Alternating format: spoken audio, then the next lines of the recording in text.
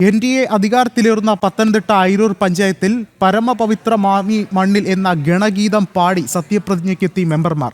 6 സീറ്റുകളിൽ വിജയിച്ചുകൊണ്ടാണ് LDFിൽ എന്ന അയിരൂർ പഞ്ചായത്ത് ഭരണം NDA പിടിച്ചെടുത്തത്. NDA മെമ്പർമാർക്കൊപ്പം ഗോകുൽ രമേശ് തയ്യാറാക്കിയ റിപ്പോർട്ടിലേക്ക്.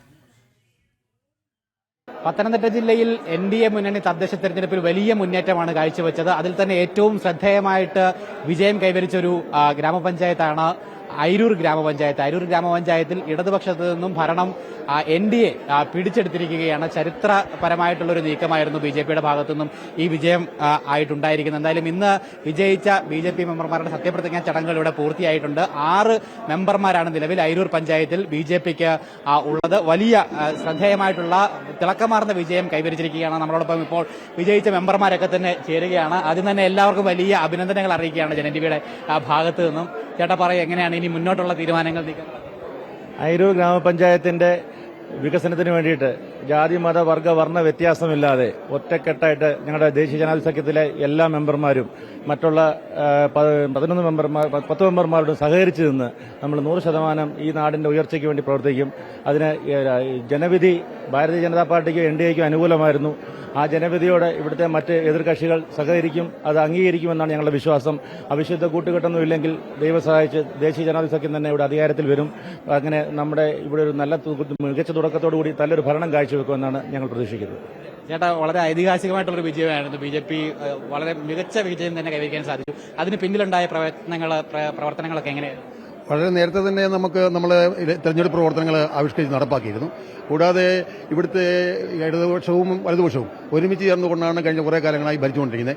ഈ സഹകരണ ബാങ്ക് അഴിമതിയായാലും ശരി തന്നെ മറ്റ് കെടുകാര്യ രസത ഇതെല്ലാം തന്നെ വിഷയമാക്കിക്കൊണ്ട് ജനങ്ങളുടെ മുന്നിലേക്ക് ഇതെല്ലാം എത്തിക്കാൻ കഴിഞ്ഞു. വളരെ ചിട്ടയായ പ്രവർത്തനത്തിലൂടെ വിജയിക്കുവാൻ കഴിഞ്ഞു. 3 മെമ്പർമാരെ കൂടെ നമുക്ക് ലഭിക്കേണ്ടതായിരുന്നു. വളരെ ചെറിയ 20-ൽ താഴെ വോട്ടുകൾക്കാണ് 3 സ്ഥലങ്ങളിൽ നമ്മൾ പരാജയപ്പെട്ടത്. അല്ലെങ്കിൽ വലിയ വിജയം തന്നെ അയിരൂർ പഞ്ചായത്തിൽ പ്രാവശ്യം ഉണ്ടാകുമായിരുന്നു. അയിരൂർ ഗ്രാമത്തിന് ഇനി നമ്മൾ മുന്നോട്ട് വയ്ക്കുന്ന, ജനങ്ങൾക്ക് മുന്നിൽ വയ്ക്കുന്ന കാര്യങ്ങൾ, വാഗ്ദാനങ്ങൾ എന്തൊക്കെയാണ്? മാറ്റങ്ങൾ നരേന്ദ്രമോദി വിഭാവനം ചെയ്യുന്ന വികസിത ഭാരതം എന്ന പോലെ തന്നെ വികസിത കേരളം എന്ന പോലെ വികസിത അയിരൂർ എന്നതായിരിക്കും ഭാരതീയ ജനതാ പാർട്ടിയുടെ കാഴ്ചപ്പാട്. അതിനു വേണ്ടിയിട്ട് എല്ലാവിധത്തിലുള്ള പ്രവർത്തനങ്ങളും പദ്ധതികളും ആവിഷ്കരിച്ച് കേന്ദ്രാവിഷ്കൃത പദ്ധതികളെല്ലാം തന്നെ വളരെ ചിട്ടയോടുകൂടി ഇവിടെ എത്തിച്ച് വലിയൊരു വികസനം ഈ പഞ്ചായത്തിൽ നമ്മൾ സാധ്യമാക്കും.